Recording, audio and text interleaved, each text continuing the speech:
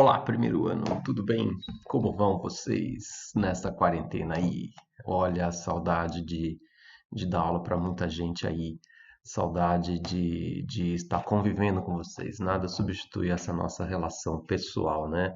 E mesmo as aulas, a qualidade delas, eu sei que certamente são é muito melhor no tete a tete ali, resolvendo dúvida na hora, dialogando com os senhores. Mas, em face da necessidade de nos mantermos em casa, né, e lavando as mãos, não visitando as avós, para podermos nos prevenir dessa gripezinha, né? Que de gripezinha não tem nada, todos sabemos que isso aqui eu estou sendo irônico.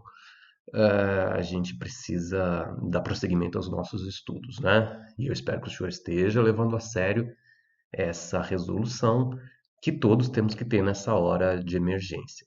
As coisas vão de voltar ao normal e todos precisamos, então, dar prosseguimento aos nossos estudos mais lá na frente, juntos, finalmente, mas sem que percamos o mínimo de conteúdo, né? Para isso, a gente vai dar prosseguimento aos estudos do nosso livro.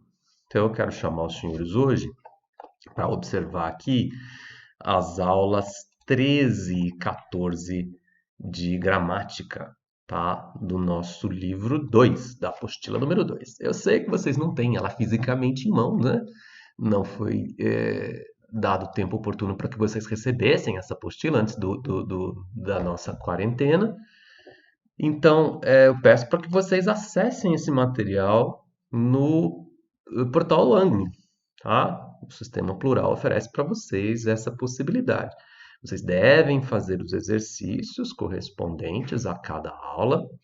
E quanto às tarefas, o recado é claro: terminem o quanto antes, porque ainda nós não temos definido, mas vamos definir as tarefas do livro 1. Todas as tarefas de gramática, vocês sabem, isso a gente já havia dito na sala de aula.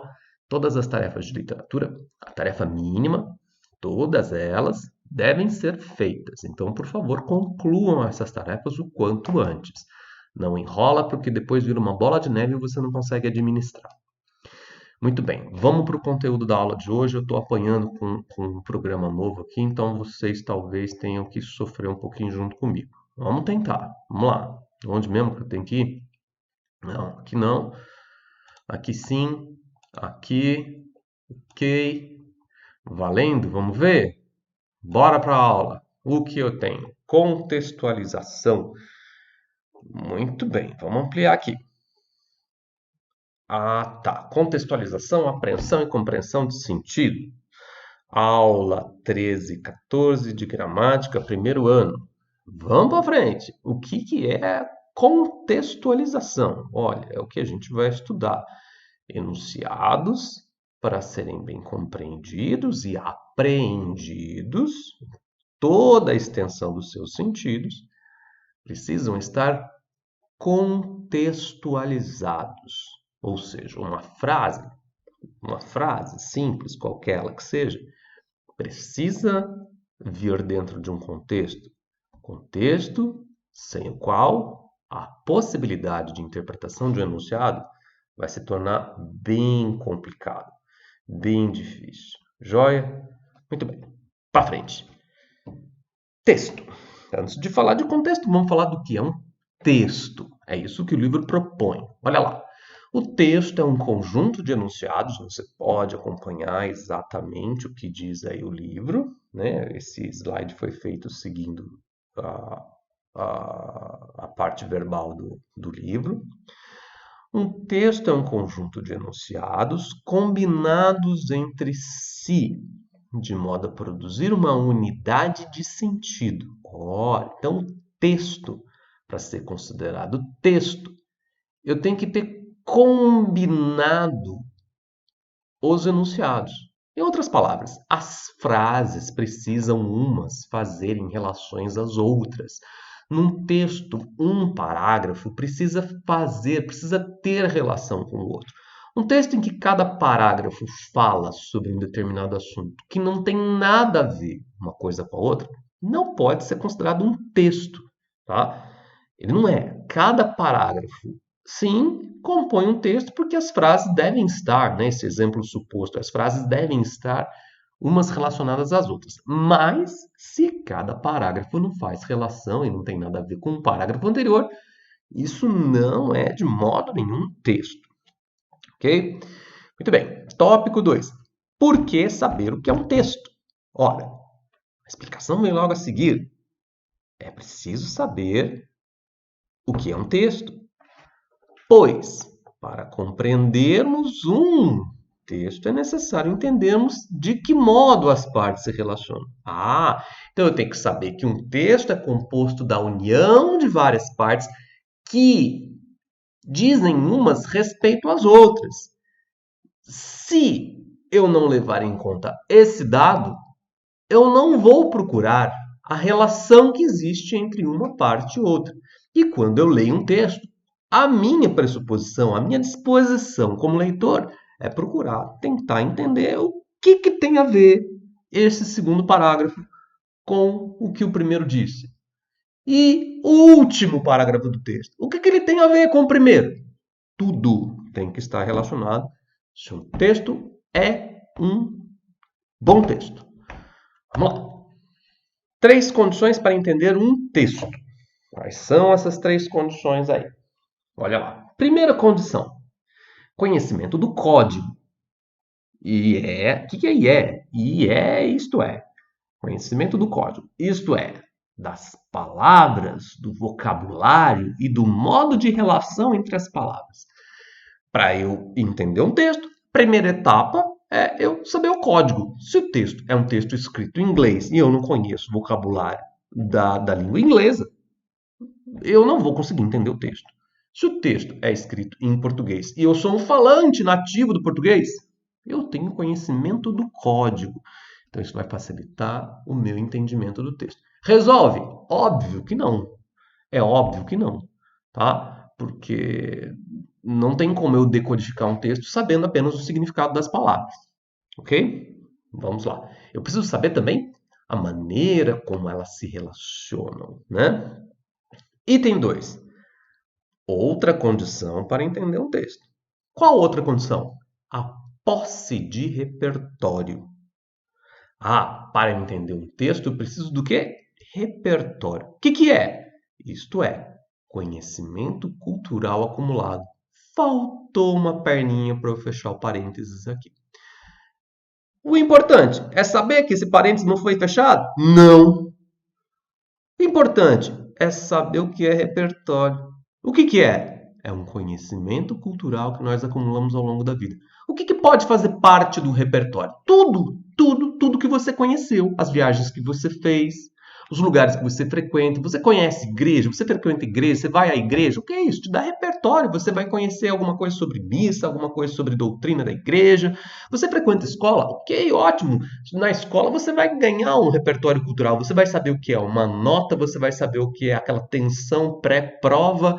Você frequenta a casa da sua sogra? Ótimo, lá você vai saber o quanto ela gosta ou não gosta de você. Enfim, você vai ter experiências culturais. Tudo é experiência cultural. Experiência cultural não diz respeito apenas tão somente a ler livros, tão somente a ver filmes, tão somente a ir a peças de teatro, cinema, etc. Tudo isso está incluído no pacote. Mas conhecimento cultural é a quantidade de bagagem que você acumulou sobre toda a vida, ok? Muito bem. Vamos ver o que essa tirinha nos diz aqui sobre isso. Ó, Mafalda e Felipe. Mafalda é uma tirinha do cartunista Quino, um cartunista argentino. E o que a gente lê aqui? O que é isso, Felipe? Um ioiô. Um você? Não, um ioiô. Um Felipe. Não é io de eu. Não, é ioiô. Entendeu? Ioiô. E ele faz o gesto, na tirinha a gente tem que ver o que as pessoas fazem, né? As personagens fazem, não só o que está escrito. E ele tira o ioiô de junto dela. E ela, brava, exclama: egocêntrico. Muito bem.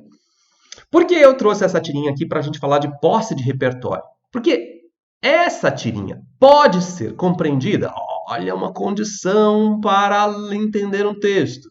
A condição é a seguinte: você precisa ter repertório. Que repertório é exigido? O repertório cultural de um conhecimento elementar e mínimo de espanhol. Qual o conhecimento elementar e mínimo de espanhol que é exigido de mim? É exigido de você, leitor, que você saiba o que está aqui pequenininho, ó. Que io em espanhol significa eu.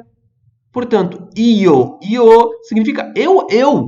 Significaria eu. Significaria se nós fizéssemos uma tradução mal cuidada do espanhol para o português, como foi feito aqui na tirinha. E o humor da tirinha repousa justamente sobre isso. Repousa nisso, né? De que a Mafalda interpretou o ioiô como eu. Aí se constrói o humor da tirinha. É bom você ler de novo, hein? É bom você ler de novo se você não dispunha dessa informação, senão não vai fazer o menor sentido para você.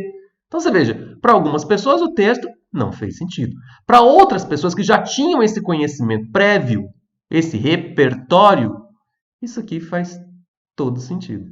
Então lê de novo que agora vai parecer um pouquinho mais engraçado. E como eu digo para vocês, não é um negócio para você rolar e mijar no chão de tanto rir. Mas tem humor, é engraçadinho. Correto? Muito bem. Isso diz respeito ao código também, né? Nós não conhecemos o código, as palavras, o vocabulário da língua espanhola. E por isso, para muita gente, talvez não tenha feito sentido. Ok? Bola para frente, que ainda temos uma condição outra para entender um texto. Condição 1, falamos, condição 2, agora condição 3. Olha lá. A relação do texto com o seu contexto, que é o que é mais importante para nós aqui. Ok?